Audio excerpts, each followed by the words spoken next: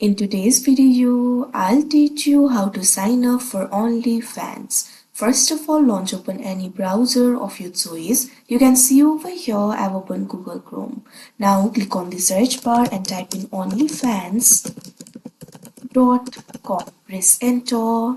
Now after you do that, you'll be led to the official website of OnlyFans. Initially, you'll be led to the OnlyFans login interface. From here, you'll be able to log in to your account. If you want to sign up for your account, click on this option, sign up for OnlyFans, that you can see on the screen. What you have to do is simply enter your name, email and password over here, or you can also continue with X and Google if you want.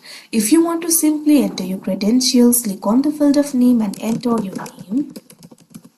Likewise, enter the email address. Make sure to enter the correct email address. Now enter your password over here. Create a very strong password for yourself.